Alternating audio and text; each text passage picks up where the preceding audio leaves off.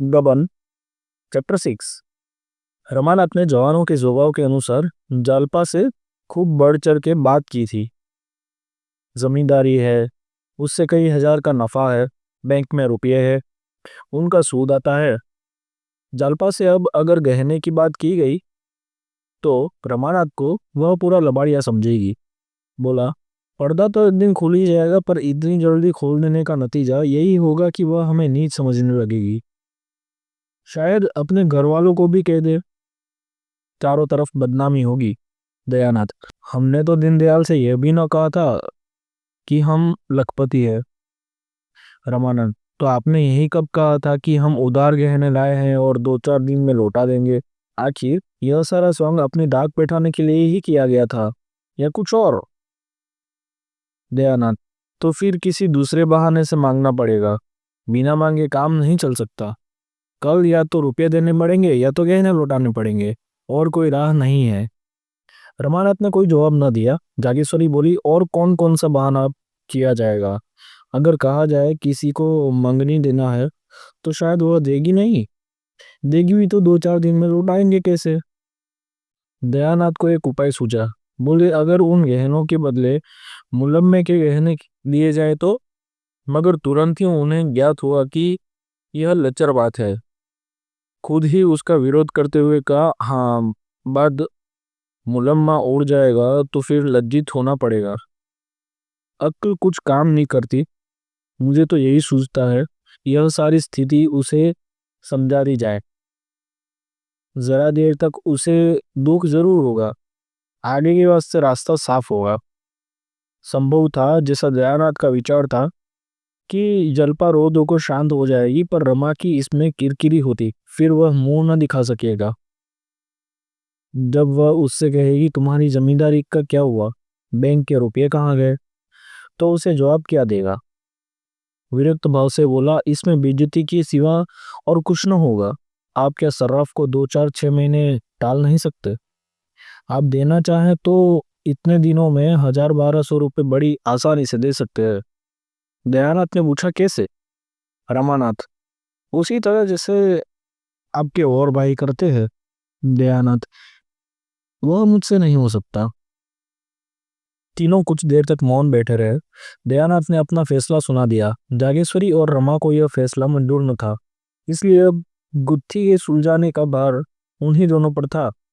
जागेश्वरी ने भी एक तरह से निश्चय कर लिया था कि दयानाथ को जख मार कर अपना नियम तोड़ना ही पड़ेगा। यह कहाँ की नीति है कि हमारे ऊपर संकट पड़ा हुआ हो और हम अपने नियमों का राग लापे जाएं। रमानाथ बुरी तरह से फंसा था।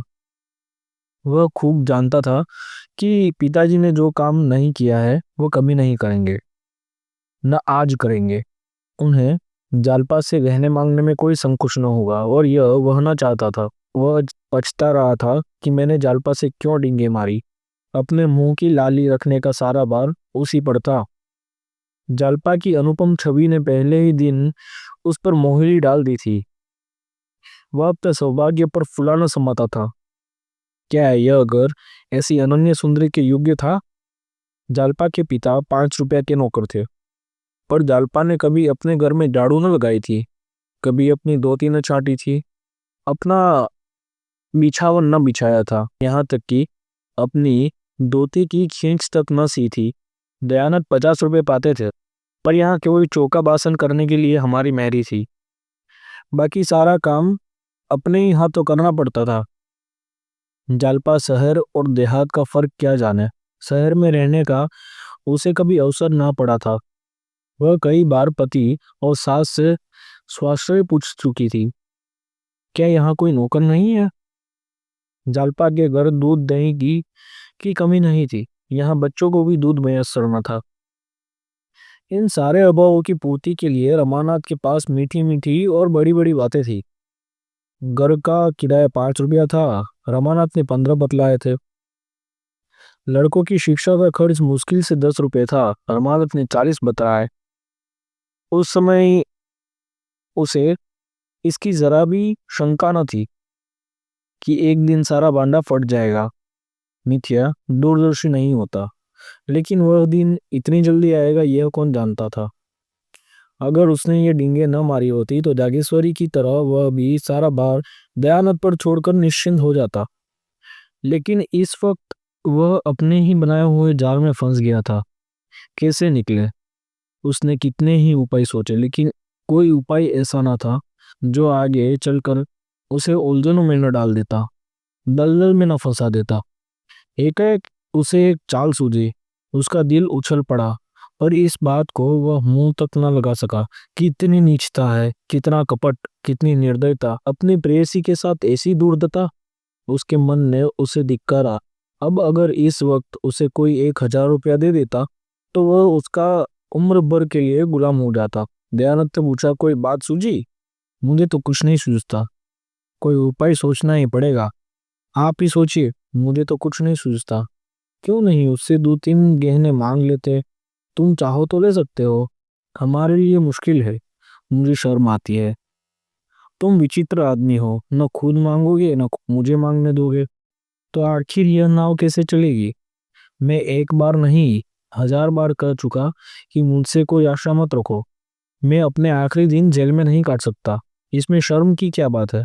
मेरी समझ में नहीं आता। किसके जीवन में ऐसे कुअवसर नहीं आते? तुम्हें अपनी माँ से पूछो। जागेश्वरी ने अनुमोदन किया। मुझसे तो नहीं देखा जाता था कि अपना आदमी चिंता में पड़ा रहे। मैं गहने पहने बैठी रहूं, नहीं तो आज मेरे पास गहने ना होते। एक एक करके सब निकल गए। विवाह में 5,000 से कम का चढ़ावा नहीं गया था, मगर 5 ही साल में सब स्वाहा हो गया। तब से एक छल्ला बनवाना भी नसीब ना हुआ। दयानंद जोर देकर बोले, शर्म करने का यह अवसर नहीं है, इन्हें मांगना ही पड़ेगा। रमानाथ ने झेंपते हुए कहा कि मैं मांग तो नहीं सकता, कहिए तो उठा लाऊं। ये कहते कहते लज्जा, क्षोभ और अपनी नीचता के ज्ञान से उसकी आंखें सजल हो गई। दयानंद ने कहा, उठा लाओगे? उससे छुपा कर? रमानाथ ने तीव्र कंठ से कहा, और आप क्या समझ रहे हैं? दयानंद ने माथे पर हाथ रख लिया और एक क्षण के लिए आहट कंठ से बोले, नहीं, मैं ऐसा नहीं करने दूंगा। मैंने छल भी नहीं किया और न करने दूंगा, वह भी अपनी बहू के साथ। छी छी, जो काम सीधे से चल सकता है उसके लिए यह फरेब। कहीं उसकी निगाह पड़ गई तो समझते हो वह तुम्हें दिल में क्या समझेगी? मांग लेना इससे कहीं अच्छा होगा। रमानाथ, आपको इससे क्या मतलब? मुझसे चीजें ले लीजिएगा, मगर जब आप जानते थे यह नौबत आएगी तो इतने जेवर ले जाने की जरूरत क्या थी? व्यर्थ की विपत्ति मोल ली। इससे कई लाख गुना अच्छा था कि आसानी से जितना ले जा सकते उतना ही ले जाते। उस भोजन से क्या लाभ कि पेट में कीड़ा होने लगे। मैं तो समझ रहा था कि आपने कोई मार्ग निकाल लिया होगा। मुझे क्या मालूम था कि आप मेरे सिर ये मुसीबतों की टोकरी पटक देंगे, वरना मैं उन चीजों को कभी न ले जाता। दयानाथ कुछ लज्जित होकर बोले, इतने पर भी चंद्रहार न होने से वहां हाय तौबा मच गई। रामानाथ, उस हाय तौबा से हमारी क्या हानि हो सकती थी? जब इतना करने पर भी हाय तौबा मच गई तो मतलब भी तो पूरा ना हुआ। उधर बदनामी हुई, इधर यह आफत सिर पर आ गई। मैं यह नहीं दिखाना चाहता कि हम इतने फटे हाल है। चोरी हो जाने पर तो सब्र करना ही पड़ेगा। दयानंद चुप हो गए। उस आवेश में रमा ने उन्हें खूब खरी खरी सुनाई और वह चुपचाप सुनते रहे। आखिर जब न सुना गया तो उठकर पुस्तकालय चले गए। यह उनका नित्य का नियम था। जब तक 2-4 पत्र पत्रिकाएं न पढ़ ले उन्हें खाना हजम न होता था। उसी सुरक्षित घड़ी में पहुंचकर घर की चिंताओं और बाधाओं से उनकी जान बचती थी। रमा भी वहां से उठा, पर जालपा के पास न जाकर अपने कमरे में गया। उसका कोई कमरा अलग तो न था, एक ही मर्दाना कमरा था। इसी में दयानंद अपने दोस्तों से गपशप करते थे। दोनों लड़के पढ़ते थे और रमा मित्रों के साथ शतरंज खेलता था। रमा कमरे में पहुंचा तो दोनों लड़के ताश खेल रहे थे। गोपी का 13वां साल था और विश्वम्बर का 9वां। दोनों रमा से थर-थर कांपते थे। रमा खुद खूब ताश और शतरंज खेलता था, पर भाइयों को खेलते देख हाथ में खुजली होने लगती थी। खुद चाहे दिन भर सैर सपाटे किया करे, मगर क्या मजाल की बाई कहीं घूमने निकल जाए। दयानंद खुद लड़कों को कभी न मारते थे। अवसर मिलता तो उनके साथ खेलते थे। उन्हें कनकौए उड़ाते देखकर उनकी बाल प्रकृति सजल हो जाती थी। 2-4 पेंच लड़ाते थे। बच्चों के साथ कभी कभी गुल्ली डंडा भी खेलते थे। इसीलिए लड़के जितना रमा से डरते थे उतना पिता से प्रेम करते थे। रमा को देखते ही लड़कों ने ताश को टाट के नीचे छिपा दिया और पढ़ने लगे। सिर झुकाए चपत की प्रतीक्षा कर रहे थे, पर रमानाथ ने चपत नहीं लगाई। घोड़े पर बैठकर गोपीनाथ से बोला, तुमने बंक की दुकान देखी है ना, नुक्कड़ पर? गोपीनाथ प्रसन्न होकर बोला, हाँ देखी, क्यों नहीं। जाकर 4 पैसे का माजून ले आओ। दौड़े हुए आना। हाँ, हलवाई की दुकान से आधा शेर मिठाई भी ले आना।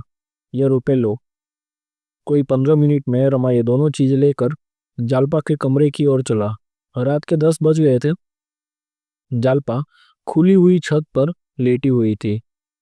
गेट की सुनहरी चांदनी में सामने फैले हुए नगर के कलश, गुंबद और वृक्ष स्वप्न चित्रों से लगते थे। जालपा की आंखें चंद्रमा की ओर लगी हुई थी।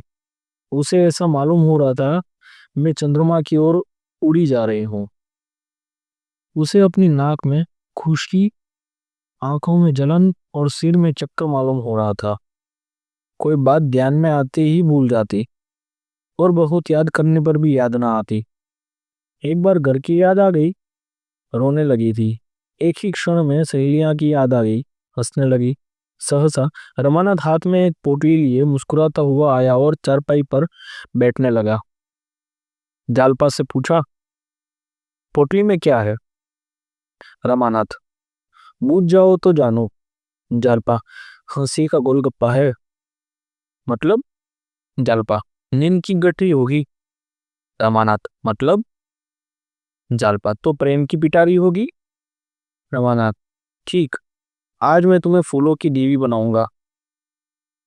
जालपा खिल उठी। रमा ने बड़े अनुराग से फूलों के गहने पहनाने शुरू किए। फूलों के शीतल कोमल स्पर्श से जालपा के कोमल शरीर में गुदगुदी सी होने लगी। उन्हीं फूलों के भांति उसका एक एक रोम प्रफुल्लित हो गया। रमा ने मुस्कुराकर कहा, कुछ उपहार? जालपा ने कुछ उत्तर न दिया। इस वेश में पति की ओर ताकते हुए भी उसे संकोच हुआ। उसकी बड़ी इच्छा हुई कि जरा आईने में अपनी छवि देखे। सामने कमरे में लैंप जल रहा था। वह उठाकर कमरे में ले गई और आईने के सामने खड़ी हो गई। नशे की तरंग में उसे ऐसा मालूम हुआ कि मैं सचमुच फूलों की देवी हूँ। उसने पानदान उठा लिया और बाहर आकर पान बनाने लगी। रमा को इस समय अपने कपट व्यवहार पर बड़ी ग्लानि हो रही थी। जालपा ने कमरे से लौटकर प्रेमोल्सित नजर से उसकी ओर देखा तो उसने मुंह उधर कर लिया। उस सरल विश्वास से भरी हुई आंखों के सामने वह ताक ना सका। उसने सोचा, मैं कितना बड़ा कायर हूँ। क्या बाबूजी को मैं साफ साफ नहीं कह सकता था? मैंने हामी क्यों भरी? क्या जालपा से घर की दशा साफ साफ नहीं कह सकता था? ये तो मेरा कर्तव्य था। उसकी आंखें भर आई। प्रणय के उस निर्मल प्रकाश में उसका मनोविकार किसी भयंकर जंतु की भांति गुड़ता हुआ जान पड़ा था। उसे अपने ऊपर इतनी घृणा आई कि एक बार जी में आया सारा कपट व्यवहार खोल दूं, लेकिन संभल गया। कितना भयंकर परिणाम होगा, जालपा की नजरों से फिर जाने की कल्पना ही उसके लिए असह्य थी। जालपा ने प्रेम सरस नजरों से देखकर कहा, मेरे दादाजी तुम्हें देख कर गए थे और अम्मा जी से तुम्हारा बखान करने लगे। तो मैं सोचती कि तुम कैसे होगे। मेरे मन में तरह तरह के चित्र आते थे। रमानाथ ने एक लंबी सांस खींची और कुछ जवाब न दिया। जालपा ने फिर कहा, मेरी सखियां तो तुम्हें देखकर मुग्ध हो गई। शहजादी तो खिड़की के सामने से हटती न थी। तुमसे बातें करने की उसकी बड़ी इच्छा थी। जब तुम अंदर गए थे तो उसी ने तुम्हें पान के बीड़े दिए थे, याद है? रमा ने कोई जवाब न दिया। जालपा, अजी वही, रंग रूप में सबसे अच्छी थी, जिसके गाल पर एक तिल था। तुमने उसकी ओर बड़े प्रेम से देखा था। बेचारी लाज के मारे गड़ गई थी। मुझसे कहने लगी, जीजा तो बड़े रसिक जान पड़ते हैं। सखियों ने उसे खूब चिढ़ाया। बेचारी रुआं सी हो गई थी, याद है? रमा ने मानो नदी में डूबते हुए कहा, मुझे तो याद नहीं आता। जालपा, अच्छा अब की बार चलेंगे तो दिखा दूंगी। आज तुम बाजार की तरफ गए थे कि नहीं? रमा ने सिर झुकाकर कहा, आज तो फुर्सत नहीं मिली। जालपा, जाओ मैं तुमसे ना बोलूंगी, रोज हिले वाले करते हो। अच्छा, कल ला दोगे ना? रमानाथ का कलेजा महसूस उठा। ये चंद्रहार के लिए इतना विकल हो रही है, इसे क्या मालूम कि इसका सर्वस्व लूटने का सामान कर रहा है। जिस सरल बालिका पर उससे अपने प्राणों को न्यौछावर करना चाहिए, उसी का सर्वस्व अपहरण करने पर तुला हुआ है। वह इतना व्यग्र हुआ कि जी में आया कोठे से कूदकर प्राणों को अंत कर दे।